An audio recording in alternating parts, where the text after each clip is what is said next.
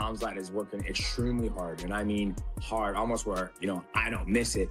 That man is a machine. He's the man. He's a savage. He calls his shots. He finishes his opponents. When he goes inside the octagon, you know that that guy goes for the finish. He's not looking for the decision. That's why I respect Khamzat.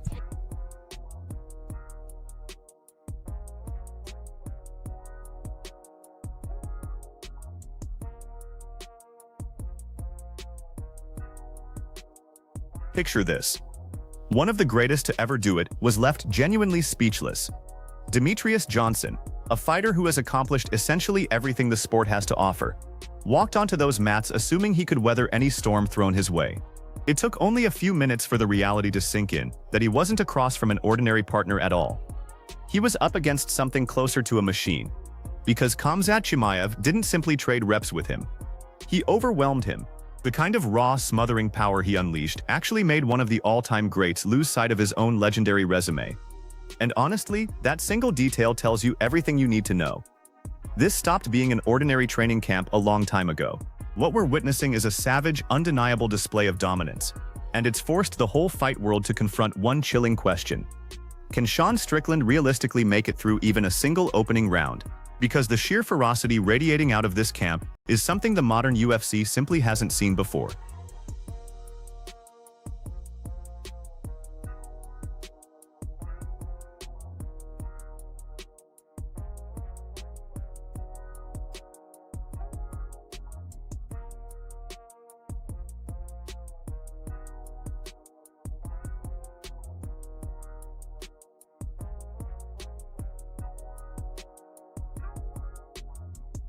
And the energy inside those four walls is on another planet entirely. It's electric, and if we're being honest, a little frightening all at once. Here's the detail that really frames everything. Every last member of Khamzat's training team is sitting on an unbeaten record right now. Sit with what that does to a room. It breeds a mindset of total excellence, a place where the idea of losing never even crosses anybody's mind. They call him a savage, and believe me, that label was earned.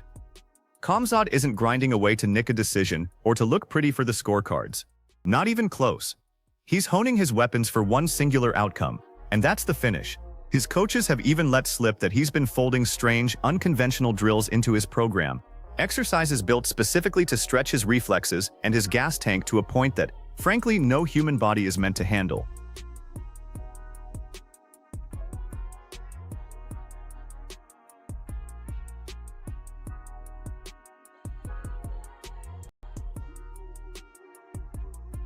Now, Demetrius Johnson has truly experienced everything this sport can throw at a person, and yet even he walked away rattled. He pointed out that the motor and the strength Khamzat carries exist on a completely separate plane from anything he's accustomed to. And the way DJ summed up the ordeal was unforgettable, calling it a world tour of pain. He described watching this Chechen standout operate with a grinding, ceaseless intensity that the vast majority of fighters couldn't sustain for one round, never mind a full session. And here's the line that really hits home. When Khamzat invites you to come in and move around, that's no friendly gesture. It's a survival test, plain and simple. DJ confessed that even with his famous good nature and his mountain of achievements, the man's pure physical force is a nightmare.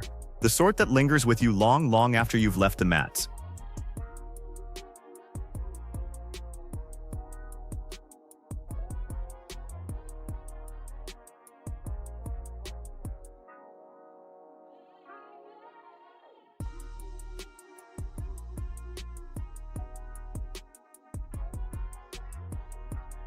But this is where things get truly fascinating, because it's not just brute strength that turns this camp into such a threat.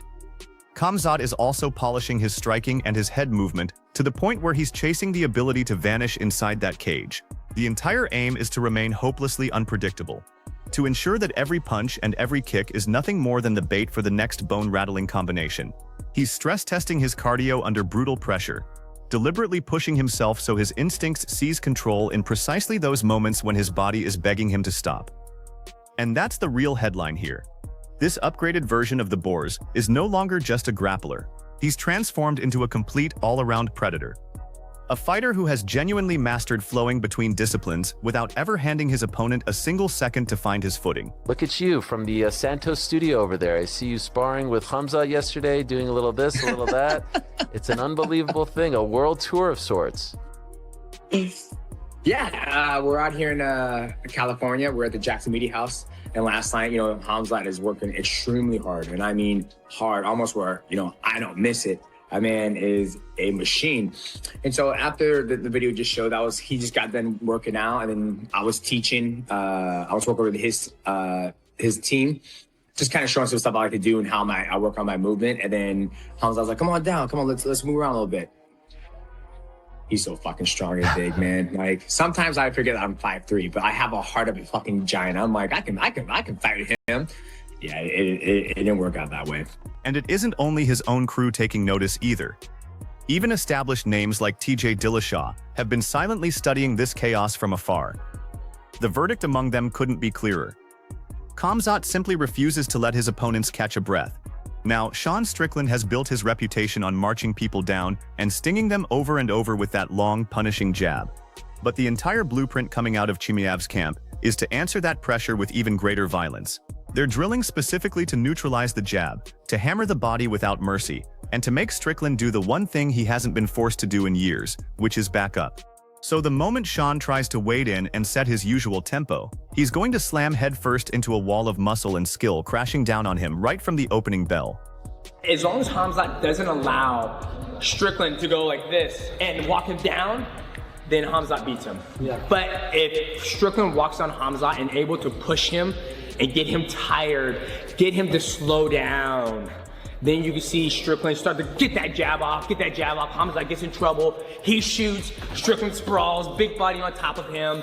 But that's something that Strickland has done to many people, where I didn't think Strickland was going to be able to beat some of the people out there, right? Yeah, that's true. I just think Khamzat's too strong. Yeah, 1,000%. He's too strong, and now he's got the cardio to go along with it. As long as he plays his game and he sets these takedowns up, he can't just shoot blind shot. Like I don't want to shoot off from here, which he's done it and got away with it because he's so strong. He's very strong. He can shoot a shot from here and still get it. But I want him to get Strickland to start moving his hands and parrying, and then shoot my shot. So throwing combos first, getting a shot, keeping the pressure on him instead of vice versa, countering that jab. And still, in spite of every alarming report seeping out of his sessions, Khamzat himself stays remarkably grounded about all of it. He recently brushed aside any comparisons to all-time greats like DJ and Dillashaw. And he did so by gesturing directly at the enormous gulf in their accolades. He cracked a joke about their 15-5 championships stacked against his own pursuit of that very first piece of genuine gold. But that modesty, honestly, is exactly what makes him such a threat. He isn't content with the buzz, and he isn't content with the spotlight. What truly drives his hunger is the type of legacy those men have already cemented. And in his eyes, Sean Strickland is nothing more than the next required sacrifice along his road to greatness. Hey, when the champ, three of the UFC's greatest champs right here. No. Literally. Hey, get a photo of the champ. Yeah. One belt against like, I'm at 20 belts. 17? No, 15. 15, sorry. And you have 5. That's 20, he was right. 50, that's 20. Yeah. 3 of the greatest UFC champions of all time. Yeah, good pace. We were watching in there. Good pace, real good pace. I felt bad for your training partner. I felt bad.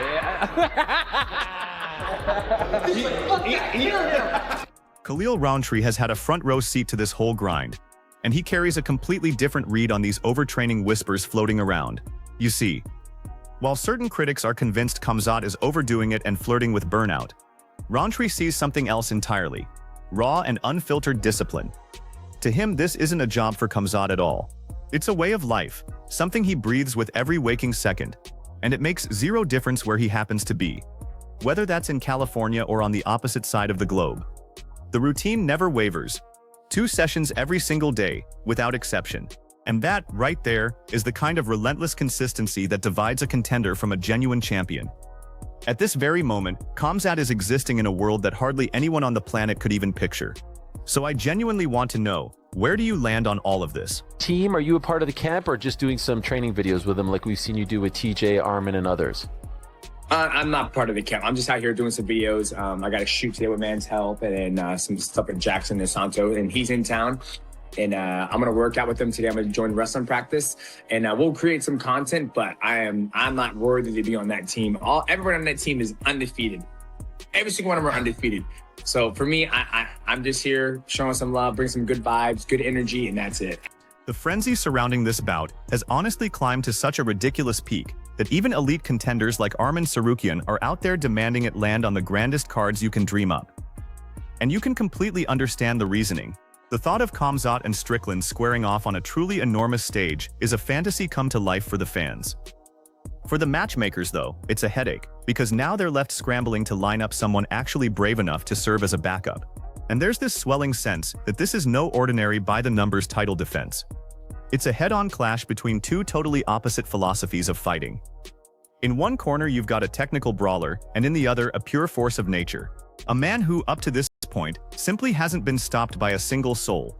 I think it can be commonly mistaken by a lot of people as overtraining, but the way that I see it is it's discipline. Discipline in his daily time, you know, like every day, no matter what, we're training 2 times a day. And I think that's really what makes him a champion, is that it doesn't matter what's going on, where he is in the world. This schedule is, it's nonstop because he lives this, he breathes this. So, and it shows in his daily routine.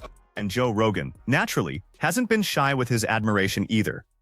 He's genuinely convinced that the wrestling chasm separating someone like Khamzat from the rest of the division is downright astronomical. By Rogan's measure, just to hang with this guy on the canvas, you'd practically need to be an Olympic-level wrestler simply to remain upright. And when you really examine the grappling disparity at play, most strikers wind up peering up from the bottom of a deep, deep pit the instant that cage door slams shut. Now, both Rogan and Dustin Poirier do acknowledge that Strickland's defensive shell is truly elite. But here's what worries them. Against the explosive level changes of a man like Chimaev, a tight high guard on its own may just not be enough to keep him at bay. We train with Khamzat right now. He's preparing for this fight. Huge fight is coming up. I think this fight should be in White House as well. And if they add him there, would be great, you know, like 3 title fights and Khamzat there in the White House. Dustin Poirier pushed the analysis even further and noted that, sure, Strickland is an absolute nightmare on the feet, but the genuine secret to cracking him is to overwhelm him with unorthodox striking.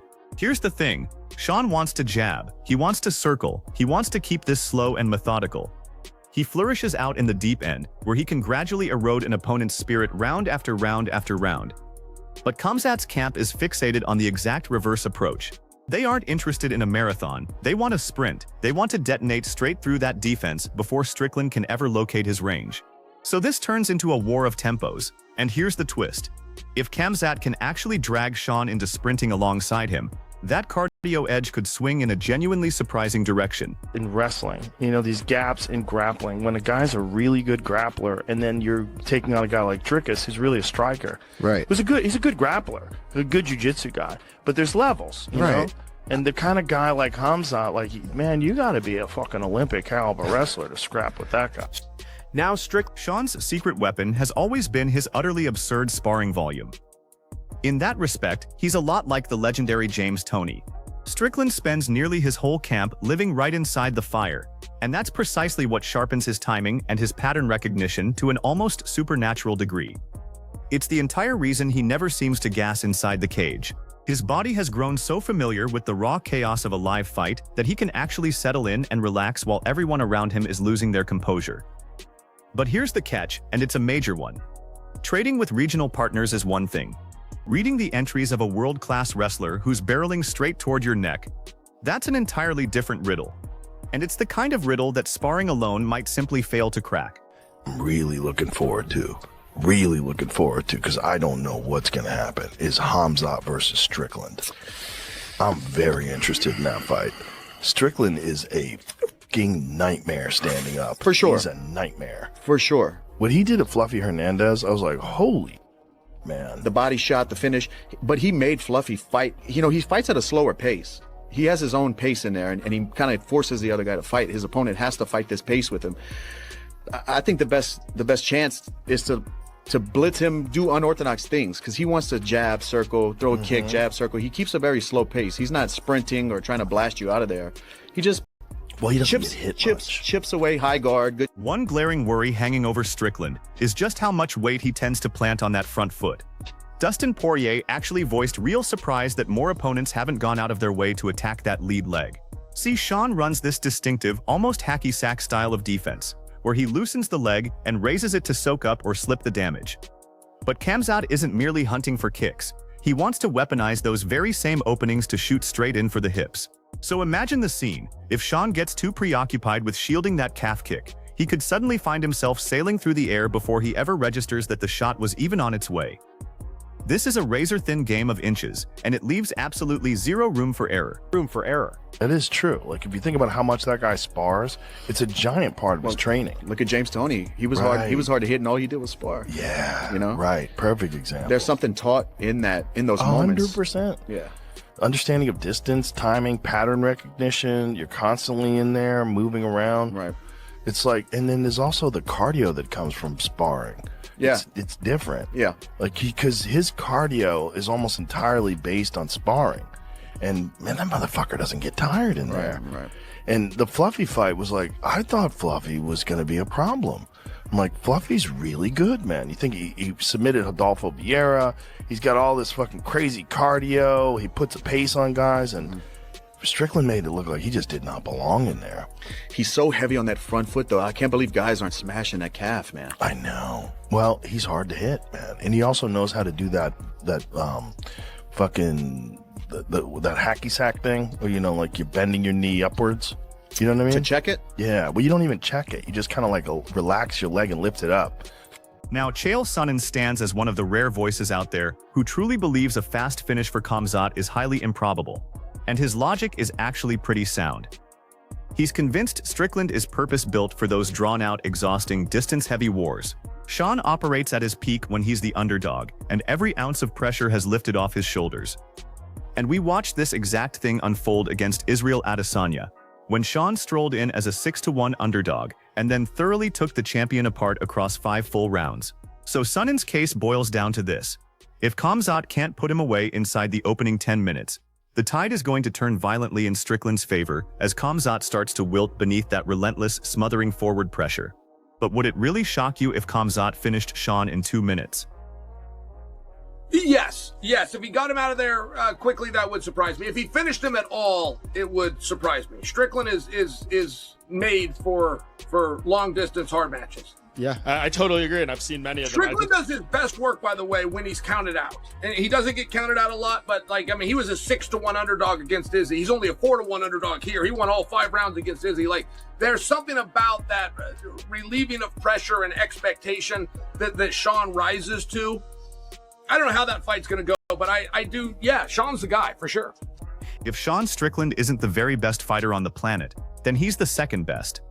That's the prevailing feeling. And Dominic Cruz echoed it word for word, declaring that it's nearly impossible to wager against the dog in Sean Strickland.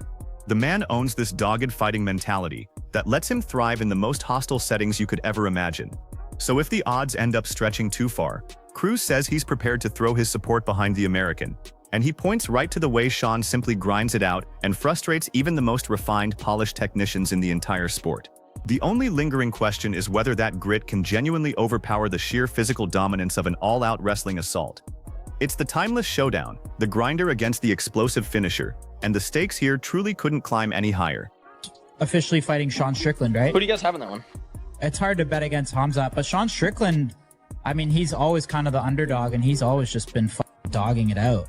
100%. If the odds go above plus 350 for Sean Strickland, I will throw money on Sean because, Jamahal Hill jumped in with yet another captivating wrinkle to the whole thing, painting Khamzat as a puzzle that literally nobody has solved so far. But, and this piece matters, he does spot a legitimate route to victory for Sean. Hill is convinced that Strickland's hip power is his single most underappreciated weapon. His reasoning runs like this. If Sean can keep this contest on the feet and lean on his striking to steadily march Khamzat backward, then he could potentially dictate the entire rhythm and pile up some serious cumulative damage. The mission for Team Strickland is to turn it into a dogfight. They want to haul this thing down into the mud, to convert a crisp, technical wrestling match into a filthy, bloody brawl where Sean's incredible stamina and that awkward, unpredictable timing of his can finally seize the spotlight. I mean, you gotta favor Khamzat just because it's a puzzle that we haven't seen solved yet. But with what Sean does well, I like his chances. I like his chances. He's got a good chance. You know, he's got strong hips. Obviously, Khamzat's a really, really good grappler. But I believe Sean's able to keep him on the feet and walk him down. I believe Sean can walk him down. Then there's Joe Pyfer, an up-and-coming prospect who happens to understand both of these men's styles intimately. And he's planted firmly on Team USA for this matchup. Pyfer believes Sean possesses both the takedown defense and the get-up ability to weather that early storm. And his reasoning is honestly fairly straightforward. If Sean isn't submitted in the opening round, then Sean takes the fight. He absolutely regards Khamzat's wrestling as elite. No argument there. But he actually contends that Strickland brings better pure wrestling to the table than someone like Dricus du Plessis. And on top of all of that, there's some genuine friction and real bad blood simmering between these two, which layers in this whole extra dimension of psychological warfare that could nudge either man toward one fatal mistake in the heat of battle. I think these guys got true beef. I think Sean Strickland's a good fighter. I think Khamzat's an excellent wrestler and a good fighter. He's got aura about him. He's fun to watch. And yeah, I think I'm really excited for that. I do have Sean Strickland in my heart winning, so I don't know if he'll win because, Khamzat's a different level of wrestling, but I think Sean can kind of survive the storm if he doesn't get submitted in the first round. Obviously, I think he can win that fight, so I think he's got better wrestling than DDP does.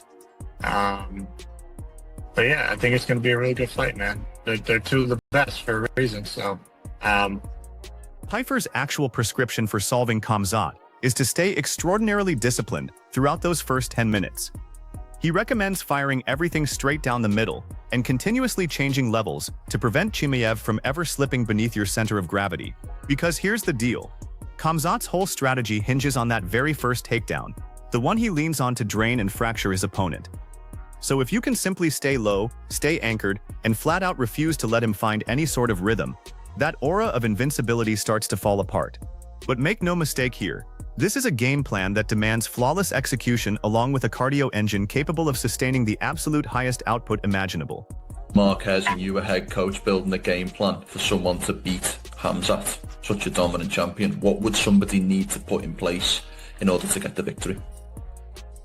I think you have to obviously do your due diligence on your wrestling, and understand that the only thing he's going to throw in the beginning is to set up that initial takedown. He wants to wrestle early so he can fatigue you. And if you're super disciplined, I would say probably for like the first 10 minutes of that fight where you're just ready for the shot and you're just throwing everything up the middle and changing levels with him, where you're staying low and you're staying grounded so he doesn't get a chance to get under you. I think that you have a very, very, very good chance of winning. But it's not, that's just from what we've seen. I think if you're able to stop the takedown, you have a very fair chance of beating. Bo Nickel also offered his thoughts on the matchup, and he made a genuinely incisive observation that while Khamzat is undeniably a handful on the ground, the reality is that nobody has ever actually pinned Sean Strickland down for any meaningful stretch. Sean's knack for scrambling and springing right back to his feet is the stuff of legend around the gym. So Nickel tilts towards Strickland here, largely thanks to those striking and cardio advantages. His thinking is that if the takedowns aren't landing cleanly, then Khamzat is going to be forced to stand and exchange with a guy who, let's face it, spars more than nearly anyone in the entire history of the sport. And that, right there, is the formula for a colossal upset. The kind that could redraw the whole map of the middleweight division for good. If Sean Strickland and Khamzat fight, who wins? I think Khamzat Strickland is the fight to make because Strickland did beat Imavov. The striking ability, you have to lean a little bit towards Strickland. The cardio advantage, I'd say again, Strickland. His defense is actually not bad. Not just through his striking. I don't think anybody's ever held him down. Henry Cejudo, who truly is a master of breaking down combat sports, says the crux of this entire thing isn't even about Khamzat. It's about the adjustment that Sean manages to make. He fully anticipates Khamzat exploding out of the gate and going full throttle in the very first 10 seconds of the fight. And if Sean has no response whatsoever to that opening surge, then it's going to be a brutally short evening for him. But here's the other side of the coin. If Sean can withstand that initial barrage and force a reset, then the mental weight crashing down onto Khamzat suddenly becomes overwhelming. The Triple C view essentially boils down to this entire fight being a coin flip, determined almost completely by that opening exchange. One man is desperate to finish it on the spot, while the other is purely focused on surviving the blitz and then gradually taking over. Huge fight coming up, Khamzat Chimaev versus Sean Strickland. Who do you favor? You know what? It's hard for you to not. I've counted out Khamzat a lot. If Sean Strickland, the American badass, could defend his takedown, I think it's Sean Strickland. But that's the key. Is could he get up? And I feel like, man, it's not that I don't know. I just don't like betting on shit that I just don't know. And it doesn't come down to Khamzat. It comes down to Sean. You know what I'm saying? Because then Sean has to make those adjustments. Khamzat's gonna boom in the first 10 seconds of the fight. And if he gets that going and Sean has no answer, it's gonna be the same thing as Colby Covington, who's never the type to soften his words, is convinced the outcome of this thing is already a done deal. He's out there insisting that Sean is at the absolute tail end of his career and is really just chasing one final big payday. Colby fully expects Khamzat's wrestling to control every single second of the fight and to make the whole affair look relatively effortless. And he tossed in a warning as well, that unless you've got a high-level sprawl and the ability to genuinely threaten submissions off your back, Khamzat is just going to stroll straight through the entire division. According to Colby, the one real method for beating him is to drag it into a pure technical battle, exactly the way Gilbert Burns did. And the intriguing wrinkle is, you could absolutely make the case that Sean owns that precise skill set to make it happen. Does he beat Sean Strickland? I think he beats Sean, yeah. I think that Sean's, at the end of his career looking for one last paycheck, so I think he takes him down and makes it look pretty easy. But here's the thing. Sean isn't strolling into this fight unprepared. He's joined forces with arguably the most lethal striker walking the earth, Alex Pereira. And recent clips of their sparring sessions reveal an intensity that's completely off the charts. Pereira's terrifying speed and surgical timing have been dragging Sean right up to his outer limits, compelling him to keep his guard locked and his reflexes razor sharp at every moment. Having Potan standing in your corner as a training partner is honestly the ultimate cheat code. Just think about it for a second. If Sean can survive the raw power of a reigning light heavyweight champion in the gym, then he just might possess the durability to absorb whatever Khamzat decides to unload on him during those critical early minutes. I know if you enter the division, it's also going to be interesting because the champion right now is Khamzat Chimaev, who's also an excellent wrestler. But if I take you out of the equation just for a second, do you see anybody in the top 10 that could beat Khamzat right now?